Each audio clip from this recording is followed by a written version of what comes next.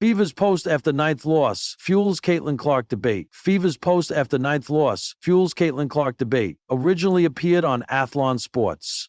The Indiana Fever looked like they were well on their way to securing their fourth straight win on Saturday night. It just wasn't to be, though, as the Fever gave up a 6-point lead in the fourth quarter to the Los Angeles Sparks, who powered through to secure a crucial road win, 89-87. Aliyah Boston, 23 points, 12 rebounds, did all they could for the Fever in this one, but their combined effort still fell short against the determined Spark side. Shortly after the final buzzer, the Fever took to social media to issue a 6-word statement on the loss. Based on this post, it appears that Indiana is determined to put this deflating loss behind them as quickly as possible. They have now set their sights on their next game, which comes in the form of another home matchup against the Golden State Valkyries on Wednesday. In the last meeting between these two teams, it was the Valkyries who secured an 88-77 win at Chase Center, so the Fever will want to get some revenge now that they're playing hosts. A recent statement from former WNBA coach and ESPN analyst Carolyn Peck generated online buzz after she said that the Fever are more dangerous without Clark. This statement came amid Indiana's recent 3-game winning streak, which included their WNBA Commissioner's Cup championship win on Tuesday against the Minnesota Lynx. There's no denying, however, that Indiana would have benefited from Clark's leadership and clutch play down the stretch on Saturday against LA, which is precisely what was on the minds of more than a few supporters. They need Caitlin. They are good, yes, but they just played the Sparks for the second time in 9 days and lost again. The offense looked shaky. A comment on X read. Are the haters still going to say the Fever are better without Caitlin? Asked another. Let's hope Caitlin Clark at Caitlin Clark 22 is back running the show, because that was horrible offense in the end, declared a fan. Someone check on Carolyn for the BS expletive narrative, a reaction read. At Carolyn Peck said they would have lost by 20 with Clark, another said. CC, please come back, we need you, a user posted. The big question now is whether Clark will be able to suit up for that matchup. The Fever continue to list her day-to-day, which means that there is a chance that she will be able to return to action sooner rather than later. At the same time, however, the team has already indicated that they're more focused on the bigger picture, suggesting that they won't force their cornerstone superstar back into action unless she's 100% healthy.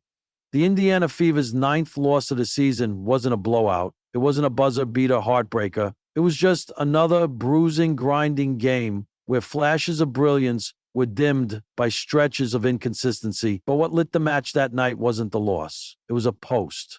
Shortly after the final buzzer, the Fever's official account sent out a tweet that read, "Still fighting, still learning, the journey continues. Fever up."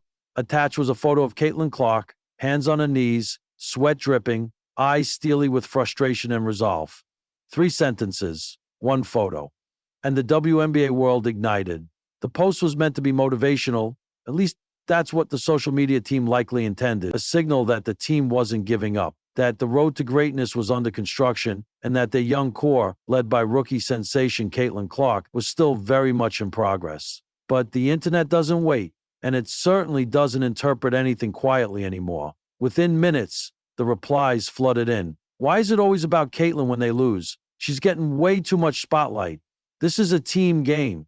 Typical. Lose the game, still make it the Caitlin Clark show. If this was any other rookie, she'd be benched, not glorified. At the same time, the defenders fired back. She had 28 points and led an assist. What more can she do? You all hate her because she's popular. She is the reason you're watching. 9 losses. Sure, but she's carrying the franchise on her back. The debate swelled past basketball. It became cultural, generational, even political. In the locker room, Caitlin scrolled through her phone in silence. She saw the post. She saw the comments. She exhaled. She wasn't new to this. Not anymore. The microscope had followed her from Iowa to Indiana, and every glance, every gesture, every stat line now sparked a national conversation. Sometimes flattering, often exhausting. Aliyah Boston sat down next to her, reading the same flood of comments. "You trending again?" she asked with a chuckle. Clark nodded. "Apparently, I'm either the savior or the villain. No in between." Boston offered a wry smile. "Welcome to the W." The truth? Caitlin Clark didn't ask for the post.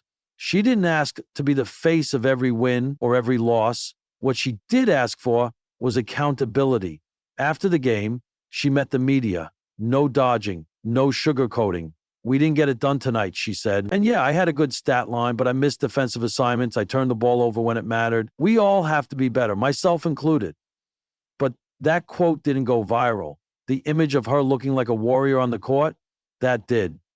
Inside the Fever organization, the post caused internal conversation too.